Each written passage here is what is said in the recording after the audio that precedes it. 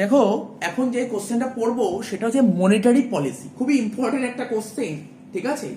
Monetary policy, তো monetary policy মানে আমরা যদি বাংলায় বলি আর্থিক নীতি, ঠিক আছে। মনিটারি পলিসি জিনিসটা কি বলছে, মনিটারি পলিসি হচ্ছে এমন একটা পলিসি, বা বলতে পারো মনিটারি পলিসি হচ্ছে সেন্ট্রাল ব্যাংকের এমন একটা পলিসি যার থ্রুতে মানি সাপ্লাইকে আমরা কন্ট্রোল করতে পারি, যার থ্রুতে আমরা কি করতে পারি, মানি সাপ্লাইকে কন্ট্রোল করতে পারি। দেখো লেখা আছে monetary policy refers to that, ঠিক আছে।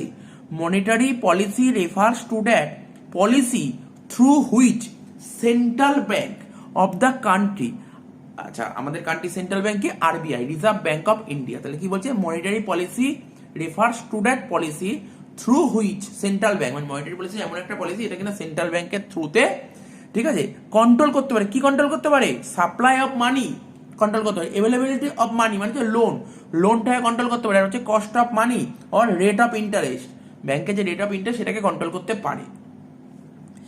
In order to attain a set of objectives focusing on growth and stability of the economy, আচ্ছা এইগুলো যে কন্ট্রোল করবে, এই কন্ট্রোল করার ফলে তাহলে ইকোনমি ডেভেলপমেন্ট এবং গ্রোথটা হবে, এটাই বলতে চেয়েছে, ঠিক আছে। তো through monetary policy the central bank impact credit supply in the economy and check inflation.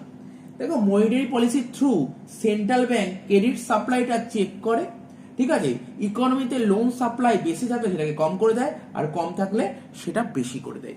এই তো বলেছে মনিটারি পলিসি। তো এমন কি জিনিস আছে মনিটারি পলিসি, ঠিক আছে। তো দেখো অন্যভাবে যদি বলি, একটা কান্ট্রির যে গভর্নমেন্ট আছে, ঠিক আছে, একটা কান্ট্রির গভর্নমেন্টের যত রকমের কাজ আছে তার মধ্যে মেন কাজটা কি, দেশের যে প্রাইস লেভেল সেটাকে ঠিকঠাক রাখা, ঠিক আছে, এবং এটাও দেখা যাতে প্রাইস লেভেলে যেন খুব বেশি আপ অ্যান্ড ডাউন না করে, ঠিক আছে। এই কারণে গভর্নমেন্ট দেশে মানি সাপ্লাইটা কন্ট্রোল করে, মানি সাপ্লাইকে কন্ট্রোল করে যাতে প্রাইস লেভেল একটা ঠিকঠাক লেভেলে থাকে। গভর্নমেন্ট যে সমস্ত ব্যবস্থা নিয়ে থাকে, ঠিক আছে, গভর্নমেন্ট যে সমস্ত ব্যবস্থা নেয় দেশের যে মানি সাপ্লাইটাকে নিয়ন্ত্রণ করে, মানে গভর্নমেন্ট অনেক তো ব্যবস্থা নেয় মানি সাপ্লাইটাকে কন্ট্রোল করার জন্য, সেটাই হচ্ছে তোমার মনিটারি পলিসি। এবার এবার কি পড়বো question, effectiveness of monetary policy, monetary পলিসির এফেক্টিভনেস, ঠিক আছে। তো দেখো তুমি এক একটা করে দেখার চেষ্টা করো মনিটারি পলিসির এফেক্টিভনেস। দেখো এখানে লেখা আছে ফ্যাক্টরস, এখানে লেখা আছে factors governing the effectiveness of monetary policy, ঠিক আছে। অর্থাৎ বলছে যে মানে বলতে পারো মনিটারি পলিসি কোন কোন জিনিসের উপর ডিপেন্ড করে, এটাও তুমি বলতে পারো, ঠিক আছে। তাহলে আমাকে বলতে হবে মনিটারি পলিসি কোন কোন জিনিসের উপর ডিপেন্ড করে। বলছে in order to make monetary policy effective, monetary policy যদি তোমার এফেক্টিভ করতে চাও, ঠিক আছে, তো তাহলে তাহলে should be some factor present in the economy, monetary পলিসিকে তুমি যদি এফেক্টিভ করতে চাও তাহলে ইকোনমিতে কিছু ফ্যাক্টর প্রেজেন্ট থাকতে হবে। দেয়ার আর অ্যাজ ফলোস, কি দেখো 8টা পয়েন্ট দিয়েছে। প্রথম পয়েন্ট বলছে ইকোনমি শুড বি অর্গানাইজড, ঠিক আছে, ইকোনমিটাকে অর্গানাইজড হতে হবে। তারপর 2 নম্বর বলছে অ্যাডিকুইট banking system in the country, অ্যাডিকুইট banking system মানে দেশের যে ব্যাংকিং সিস্টেমটা এটা ডেভেলপড হতে হবে, ঠিক আছে। তাহলে government control over the banking system, অর্থাৎ আমাদের কান্ট্রিতে যে সমস্ত ব্যাংক আছে সেই সমস্ত ব্যাংক ব্যবস্থার উপর গভর্নমেন্টের কন্ট্রোল থাকতে হবে, ঠিক আছে। তো number 4 no scope of black money in the economy, ইকোনমিতে কোনো ব্ল্যাক মানি থাকা যাবে না, ব্ল্যাক মানি কোনো স্কোপ যেন না থাকে। তাহলে habit of people to use bank in making transaction, মানে ট্রানজাকশন করার সময় মানে পিপল মানে জনগণ যেন ব্যাংকের ব্যবহার করে, অর্থাৎ চেকের কাজ করে, মানে কোনো ট্রানজাকশন করার জন্য ব্যাংকিং ট্রানজাকশনটা যেন করে, অর্থাৎ চেকটা যেন ইউজ করে। এমন না যে কোনো ট্রানজাকশন করছে ক্যাশে করছে, আর ক্যাশে ট্রানজাকশন করলে তো হিসাব থাকবে না। তারপর বলেছে 6 নম্বর বলছে existence of effective credit restriction mechanism,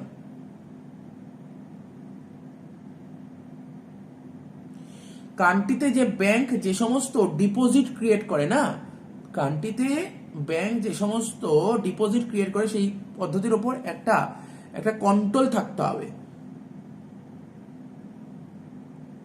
তারপর বলেছে non ability of non banking finance in the economy, ইকোনমিতে নন ব্যাংকিং ফাইন্যান্সের জন্য এবিলিটি না থাকে,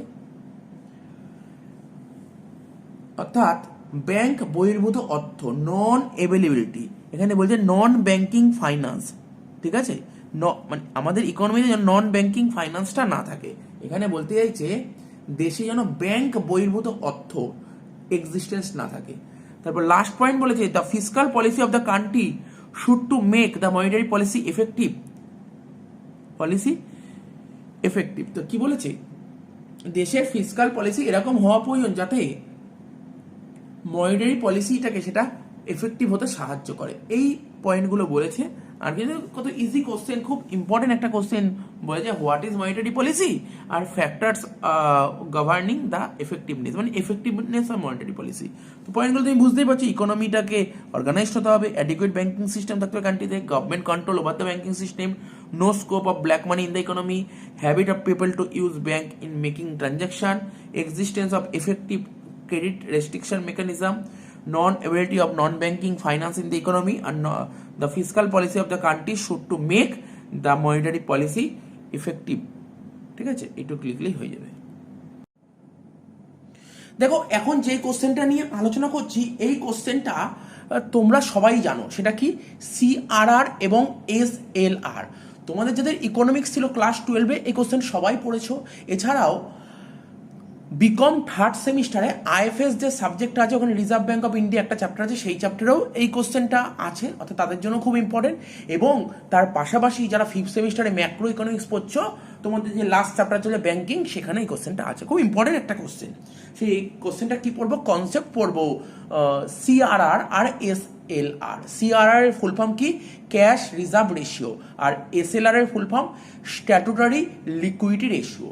এই কনসেপ্টটা একটু জানবো, তারপর তো তোমরা তোমাদের বই পড়েই নিতে পারবে, একটু কনসেপ্টটা জানা থাকলে পড়তে খুবই সুবিধা হয়। তো দেখো আগে কনসেপ্টটা দিচ্ছি, তারপর আমি নোটটা বলছি কেমন লিখতে হবে। তো দেখো এটা ধরো একটা পার্সন, ঠিক আছে, আমি আগে বোঝাচ্ছি সিআরআর এসএলআর জিনিসটা কি। ধরো একটা পার্সনের কাছে বেশ কিছু অ্যামাউন্ট আছে, ঠিক আছে, যে কোনো একজন পার্সন, পার্সনের নাম ধরো মিস্টার এক্স, এর কাছে প্রচুর, দেখো এখানে একটা, দেখো এটা একটা ব্যাগ করা আছে, এর কাছে ধরো প্রচুর অ্যামাউন্ট আছে, ঠিক আছে, এক্সেস প্রচুর অ্যামাউন্ট আছে। ও কি করতে পারে, ওর কাছে প্রচুর অ্যামাউন্ট আছে, সেই অ্যামাউন্টটা আমরা কি করি, আমাদের কাছে যদি প্রচুর অ্যামাউন্ট থাকে, টাকা পয়সা থাকে, সেই টাকাটা কি করি, আমরা নিশ্চয়ই কোনো ব্যাংকে জমা করি। কি মনে হয় কোন ব্যাংকে কি জমা করি, স্যার কমার্শিয়াল ব্যাংক। আচ্ছা আমি তোমাদের বলে দিই, আমাদের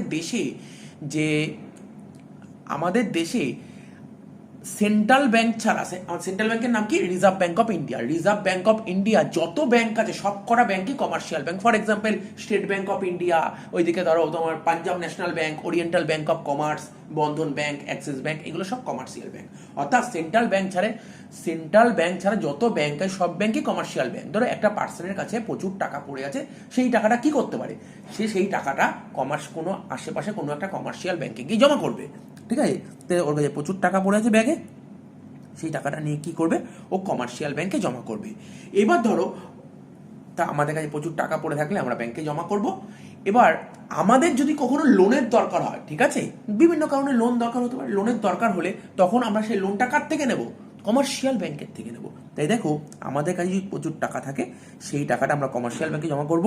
আর যদি কখনো লোনের দরকার, দেখো লোন লেখা আছে, যদি লোনের দরকার, সেই লোনটা কোথা থেকে নেবো, কমার্শিয়াল ব্যাংকের থেকেই নেবো। তো তোমরা পড়োনি আগে, তোমরা তো আগেও ব্যাংকিং পড়েছো, ব্যাংকিং এর মানে কমার্শিয়াল ব্যাংকের কাজ কি, ব্যাংকের ফাংশন অফ কমার্শিয়াল ব্যাংক কি পড়েছিলে, ফাংশন অফ কমার্শিয়াল ব্যাংকের মধ্যে প্রথম পয়েন্ট পড়েছিলে, আমাদের মানে কোনো পাবলিকের কাছে যে টাকাটা থাকে সেই টাকাটা ব্যাংকে গিয়ে জমা করে, ঠিক আছে। তো এবার অন্যদিকে ধরো যদি কোনো পাবলিকে, ধরো আমি বিজনেস করবো, আমার লোনের দরকার, সেই লোনটা কোথা থেকে নেবো, আমি কমার্শিয়াল ব্যাংকের থেকেই নেবো। তার মানে মোদ্দা কথা বলতে চাইছি যে ধরো আমার কাছে টাকা আছে, সেই টাকাটা আমি কমার্শিয়াল ব্যাংকে ডিপোজিট করতে পারি। এবার আমার যে টাকার দরকার হয়, সেই টাকাটা আমি কমার্শিয়াল ব্যাংকের থেকে লোন নেব।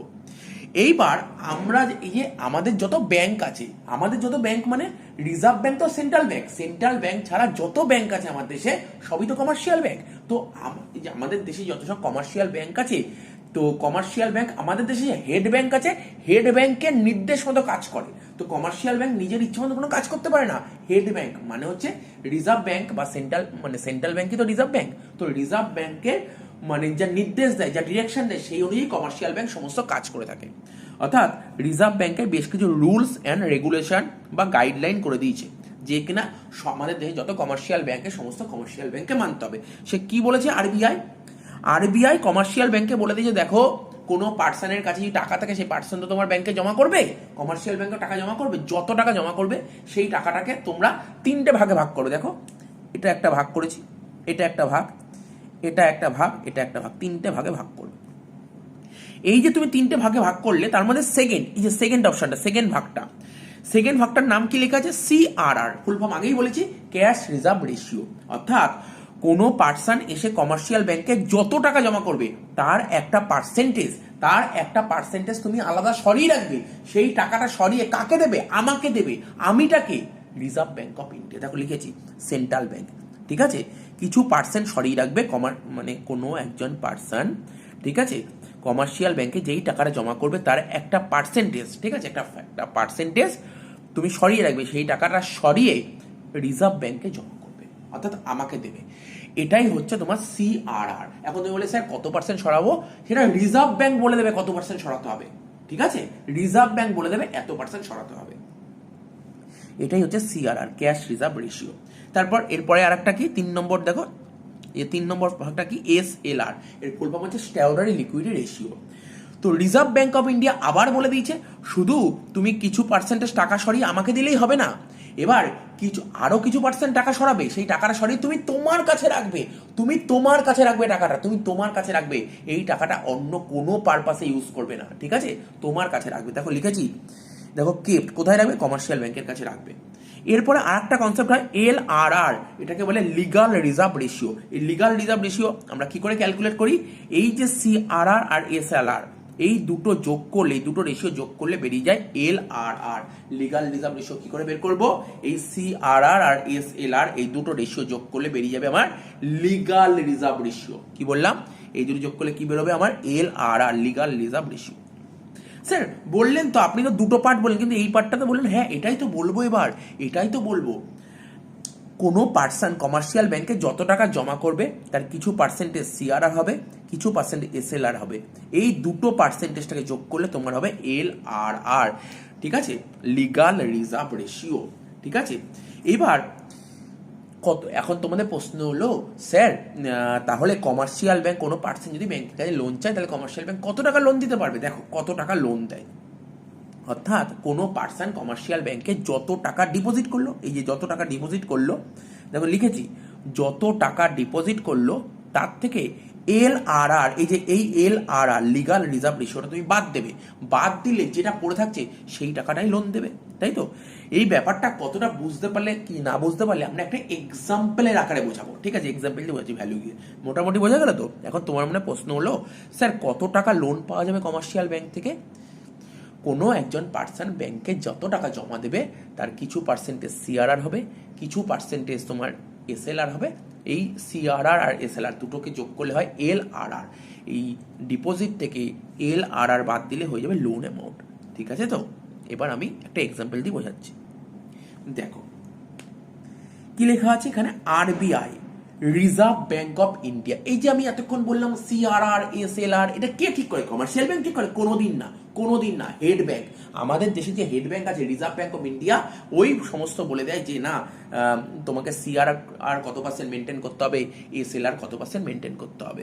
এখানে লিখে CRR 2%, SLR 4%। Sir CRR 2%, SLR 4%, এটা কি সবসময় কি এই পার্সেন্টেজ? না, কখনো এই পার্সেন্টেজ হয় না। দেখো আপ ডাউন করে, তবে CRRটা তোমার 15%-এর মধ্যে থাকতে পারে, ঠিক আছে তো। আমি এটা তোমাদের বোঝানোর জন্য 2 আর 4 দিয়েছি, কিন্তু আমাদের দেশে CRR না কি করে জানো? 2% থেকে 15%-এর মধ্যে থাকতে পারে। 3%। আমাদের দেশে CRRটা কি হতে হয়? 2% বোঝানোর জন্য বলেছি। আমাদের দেশে CRR 3% থেকে 15%-এর মধ্যে থাকতে পারে, ঠিক আছে, 15% বেশি হবে না, ঠিক আছে। এবার সেন্ট্রাল ব্যাংক মানে রিজার্ভ ব্যাংক যখন খুশি চায় ও চেঞ্জ করতে পারে। কখন চেঞ্জ করতে পারে? দেখো কখনো ইনফ্লেশন হয়, কখন ডিফ্লেশন হয়। ইনফ্লেশন যখন হয় ও তখন CRRটাকে মানে কখনো CRR বাড়ায়, কখনো CRR কমায়। এই জিনিসগুলো আমরা সব বলে দিচ্ছি, ব্যাপারটা আস্তে আস্তে একটা করে। অর্থাৎ দেশে যখন ইনফ্লেশন চলে না, তখন রিজার্ভ ব্যাঙ্ক অফ ইন্ডিয়া সিআরআরটাকে বাড়িয়ে দেয়, আর দেশে যখন ডিফ্লেশন চলে তখন রিজার্ভ ব্যাঙ্ক অফ ইন্ডিয়া সিআরআরটাকে কমিয়ে দেয়।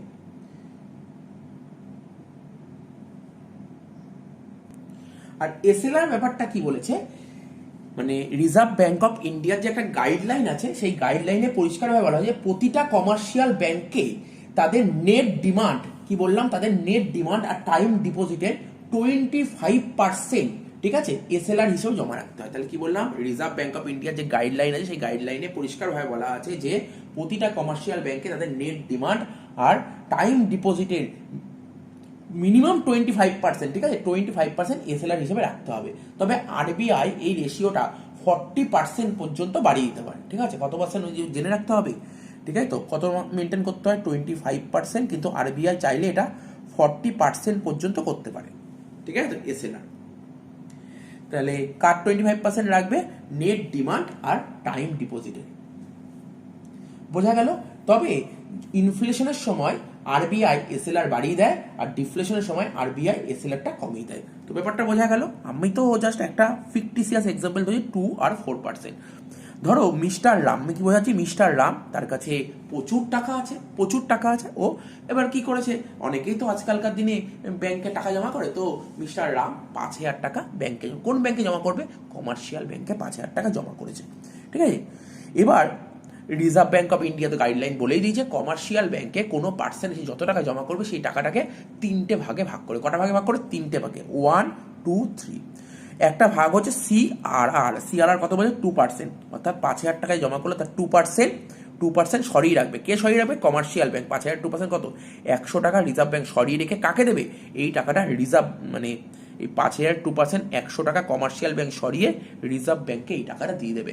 এখন তুমি বলতে পারো, স্যার এই কমার্শিয়াল ব্যাংক যে রিজার্ভ ব্যাংকে 100 টাকা দিল, তার বদলে কি কোনো ইন্টারেস্ট পাবে, কোনোদিন পাবে না, কোনো ইন্টারেস্ট পাবে না, ঠিক আছে, মাথায় রাখতে হবে।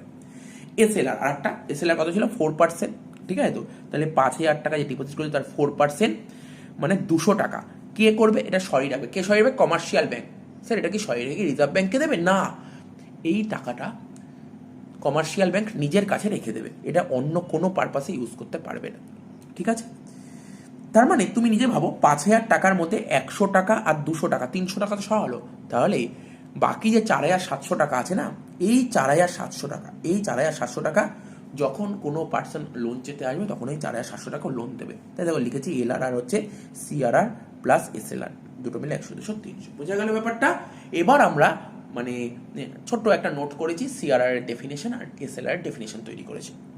আমি এখনো পর্যন্ত যা বোঝালাম না, এটা এই কনসেপ্টটা যদি একবার মাথায় ঢুকে যায়, যে কোনো স্টুডেন্ট ঠিক সুন্দরভাবে লিখে দিতে পারবে।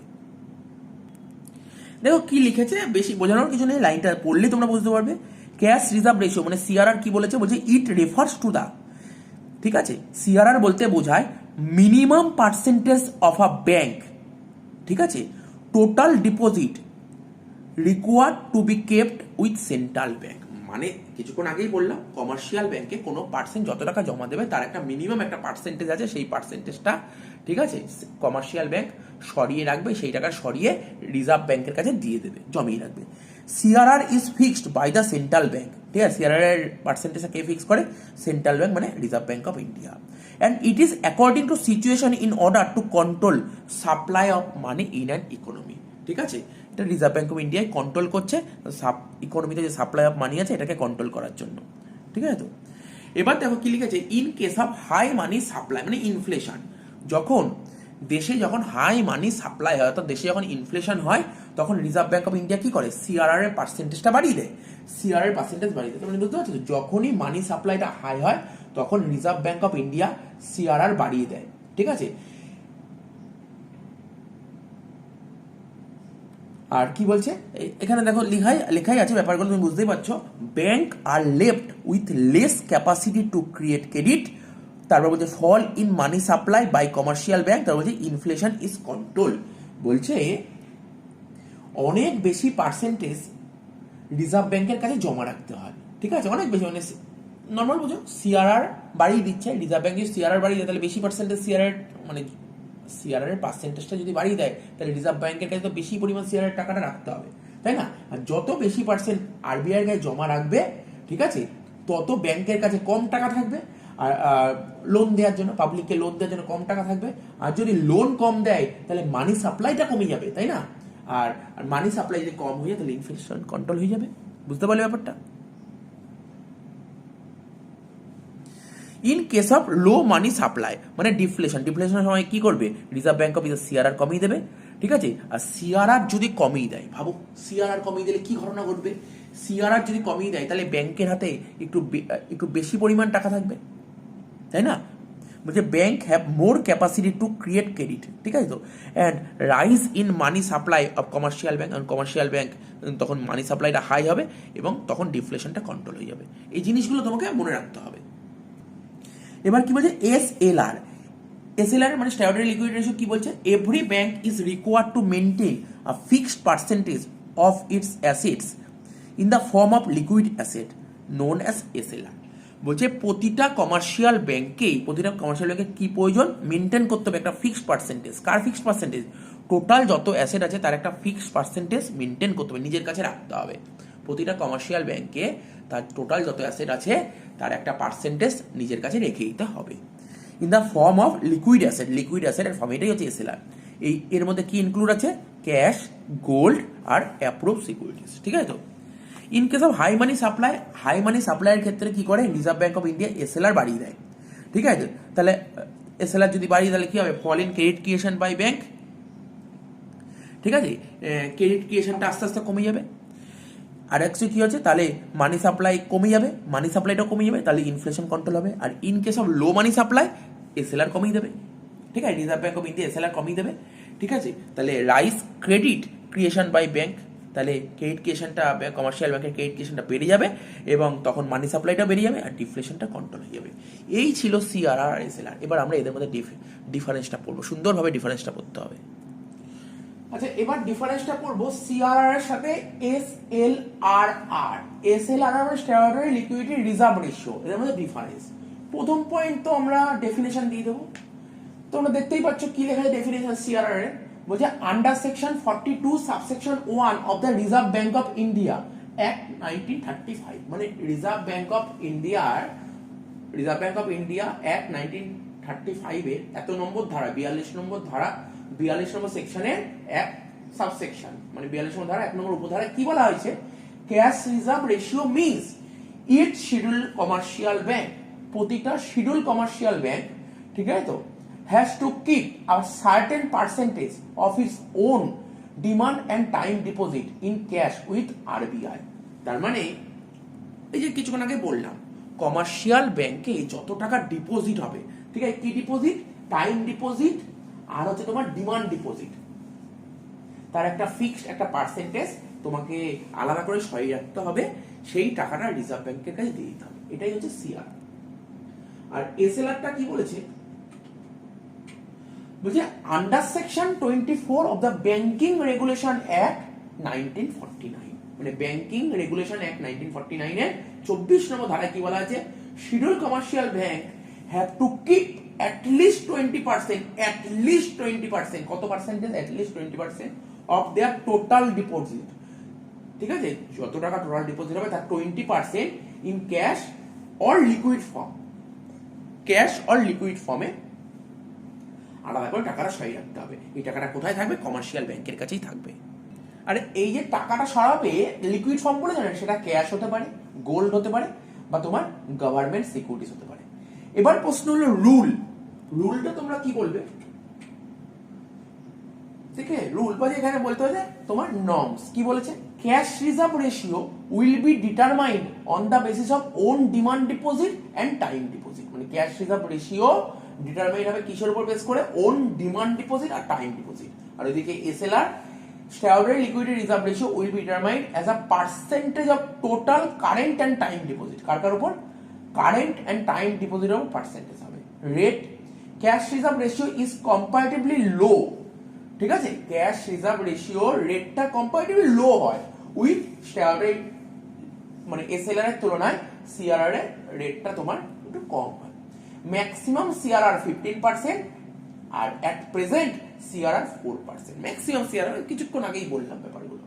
আর SLR statutory liquidity reserve ratio is high in comparison with cash reserve, ঠিক আছে তো মানে তুমি সিআরআর সঙ্গে কম্পেয়ার করলে এসএলআর এর রেটটা একটু হাই আছে, ঠিক আছে। ইট রিচ 38.5% অ্যান্ড অ্যাট প্রেজেন্ট 19.50, ঠিক আছে, 19.50 মানে কারেন্ট রেট বলছি, ঠিক আছে তো। Penalty, next point, if any bank, মানে সিআরআর কথা বলছি, if any bank fail to keep minimum CRR, ঠিক আছে, কোনো কমার্শিয়াল ব্যাংক যদি মিনিমাম যে সিআরআর পার্সেন্টেজ আছে সেটা যদি মেনটেন করতে ফেল করে, ঠিক আছে তো, তাহলে then the bank has to pay interest and punishment 3 to 5%, প্রতি মাসে 3 থেকে 5% পানিশমেন্ট কাটবে, ঠিক আছে, মানে তোমাকে একটা ফাইন দিতে হবে, পেনাল্টি দিতে হবে। আর এসএলআরটা কি, there is no such penalty be imposed on commercial of not complying norms. তাহলে বুঝতে পারলে এসএলআর এর এরকম কোনো নিয়ম নেই যে অতিরিক্ত যে এক্সট্রা যে তোমার পেনাল্টি দিতে হবে, মানে এক্সট্রা যে ইন্টারেস্ট দিতে হবে, এরকম কোনো ব্যাপার নেই। কিন্তু সিআরআর যদি কোনো কমার্শিয়াল ব্যাংক যত রাখতে বলে, যে রিজার্ভ ব্যাংক বলে তোমাকে এত পার্সেন্ট সিআরআর মেনটেন করতে হবে, তুমি যদি টাকাটা মেনটেন করতে না পারো তাহলে কিন্তু তোমার কাছে পেনাল্টি কাটবে, মানে ওই পার্টিকুলার সেই সমস্ত কমার্শিয়াল ব্যাংকে পার মান্থ 3 থেকে 5% আরে ইন্টারেস্ট পে করতে হবে। জিনিসগুলো তোমাকে মাথায় রাখতে হবে। তো বুঝতেই পারলে ব্যাপারটা, তো ডিফারেন্সটা আমি তোমাদের বলেই দিলাম, ঠিক আছে তো।